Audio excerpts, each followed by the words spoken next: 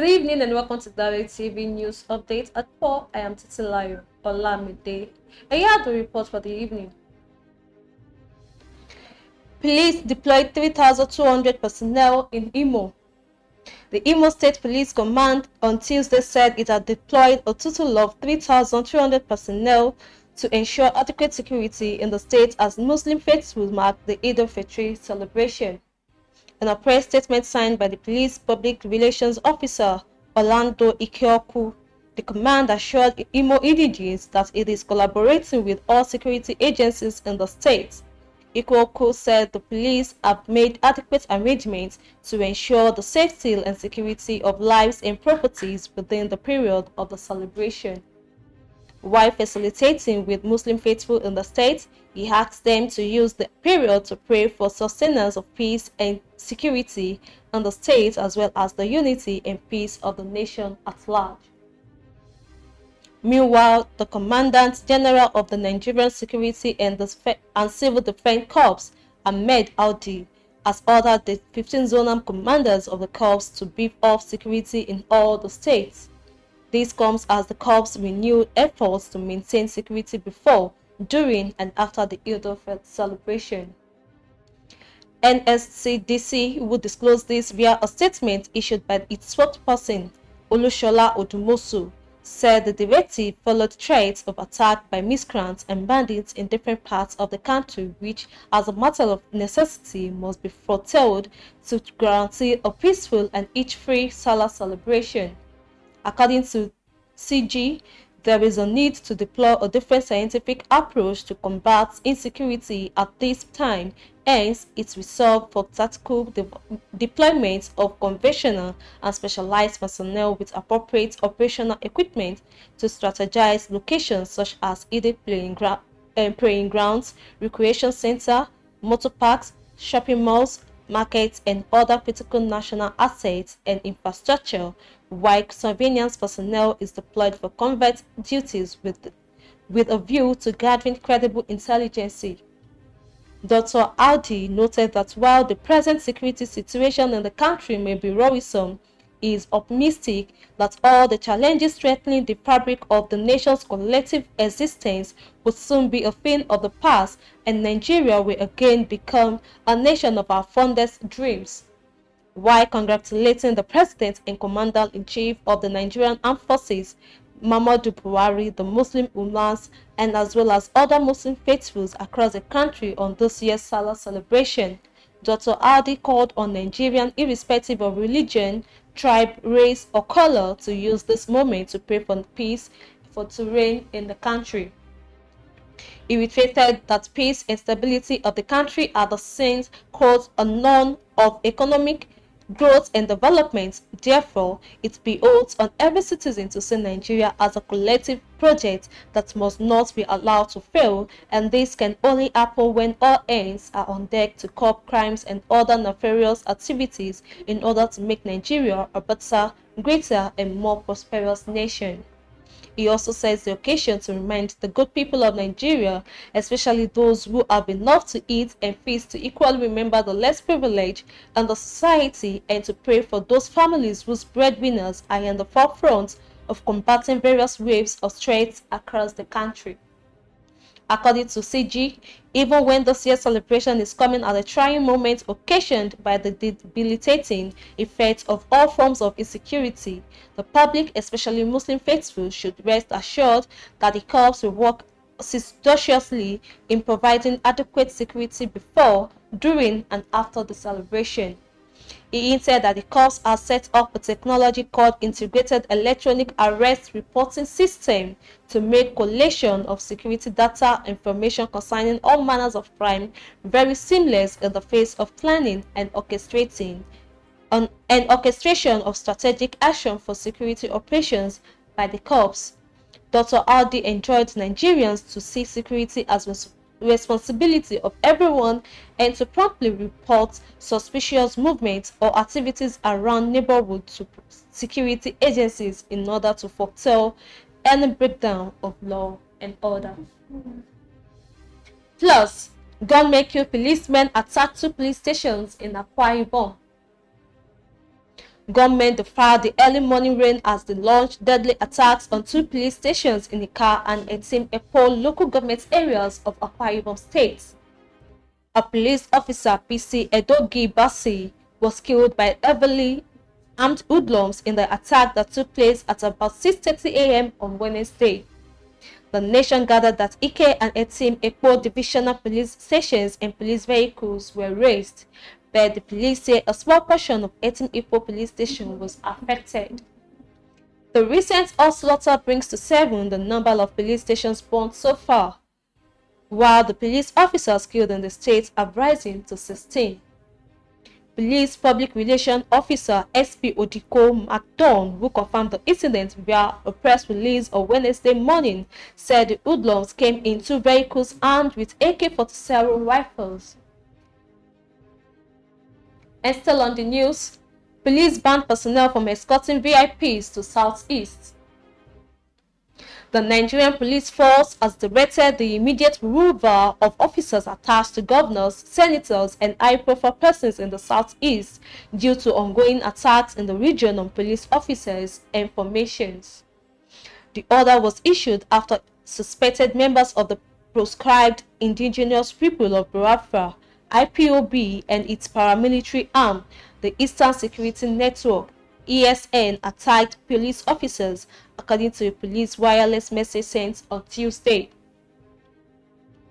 The signal dated 101054052021 and with reference number 09000DST POPS VOL 47812 was issued by the Commissioner of Police, Asaba Delta State. And with that, we move to the foreign scene. Black fungus emerges as new concern amid India's COVID-19 outbreak. As India grapples with the deadly second wave of COVID-19, doctors have warned of a rare infection known as black fungus, following a spate of cases throughout the country. Uttar Pradesh, Odisha, and Madhya Pradesh were the latest states in India to report cases of mucormycosis on Tuesday after hundreds of infections were detected in New Delhi, Gujarat, and Maharashtra in recent days. The infection, which is caused by exposure to a group of moths called mucormycosis, has a potential to maim or kill patients and has a 50% mortality rate. The fungal infection is spreading in parallel to pandemic, but it is not solely associated with COVID-19 patients. 8 people died of the fungal infection, while 2,000 cases were reported in Maharashtra, India's virus epicenter, according to the state health minister Rajesh Tope. Authorities were creating special wards to isolate patients and treat them free of charge, since the medicines required to treat it are expensive, he said. More than 700 cases have been reported in Gujarat, where the state government has also set up separate wards for patients. The Indian Council of Medical Research urged hospitals treating COVID-19 patients, diabetics, and those with compromised immune systems to look out for early symptoms of the fungal infections, which include sinus pain, nasal congestion, facial pain, swelling, numbness, and toothaches, among others. It can cause blackish discoloration over nose, blood, or double vision, chest pain, and breathing difficulties. The infection is usually found in patients with diabetes and could be triggered or aggregated by use of steroids, a life-saving treatment in COVID-19. Medical experts say such cases have been reported in other countries like the United States, Britain, France, and Mexico, but the numbers are higher in India owing to a higher number of cases of uncontrolled diabetes. If left untreated for long, it can lead to permanent damage such as loss of eyesight as well as death. Plus, Israeli and Pakistani violence pulls U.S. focus back to Middle East despite Biden's plan. Entering office, President Joe Biden hoped to shift U.S. foreign policy away from the Middle East and towards areas it thought of as more modern-day threats, as China, Russia, and cyberspace. But as some of the worst violence in years outbreak between Israelis and Pakistanians, the region's long entrenched battles are dragging Biden back in, forcing indelicate political balance and laying bare the difficulties he and his predecessors have all faced in handling the decades-old conflicts. Biden is under pressure from progressives in his own party who have grown increasingly critical of Israel's treatment of the Palestinian people and who hope Biden's pledge to put human rights at the forefront of his foreign agenda will extend to Israel. And with that, we move to entertainment news. Genevieve Nnaji to star in Fela's musical show premiering on Clubhouse. Nollywood actress and director Genevieve Nnaji will star in an audio adaptation of the Broadway musical Fela, which will premiere on the Clubhouse app this weekend. The audio adaptation on the Clubhouse termed Fela 1020 in Fela 1020. Nnaji revealed in a speech show on Clubhouse on May 16th will be used to provide scholarship to young female victims of terrorism and gender inequality. And we move to sport news. The Nigerian sports sector has been thrown into confusion with him on Monday. It chose a nationwide 12 a.m. to 4 a.m. curfew as part of efforts to cut crime on COVID-19. Dr. at the recreational activities and gyms remained closed until June 11, such as golf and tennis, among others, and notices were granted to a halt globally in the country, only returning just before the end of 2020. Mohammed's statement, which didn't state if contact sports would be affected or not, left athletes and officials alike in disarray and unsure of their fate this time around. According to the chairman, caretaker committee of the Nigerian Handball Federation, Samuel Ocheo, said the NVF had not received a directive to shut down activities. And with this, we've come to the end of the Gallery News Bulletin this hour. Don't forget to visit our social media platform on Facebook, Twitter, Instagram, and YouTube page at the Gallery TV for more news information. I remain Titilayo Olamide. Thanks for watching and do have a lovely evening.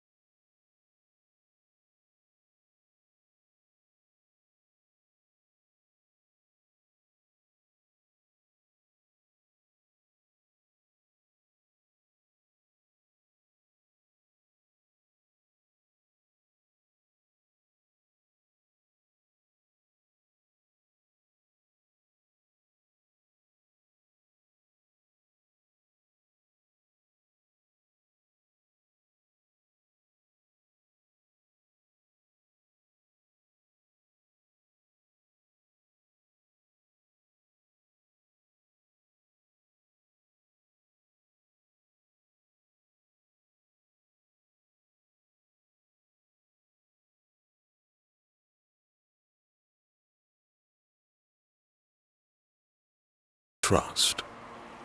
This is the story of Mrs. Ungazi.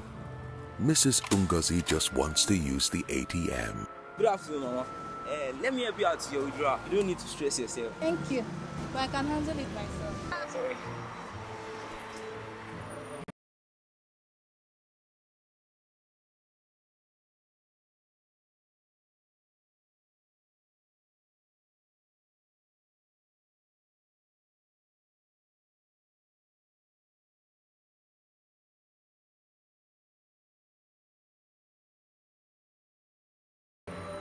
Do not share your card PIN with anyone. Keep your account information private and ensure no one is watching you while you enter your PIN. UBA, Africa's global bank.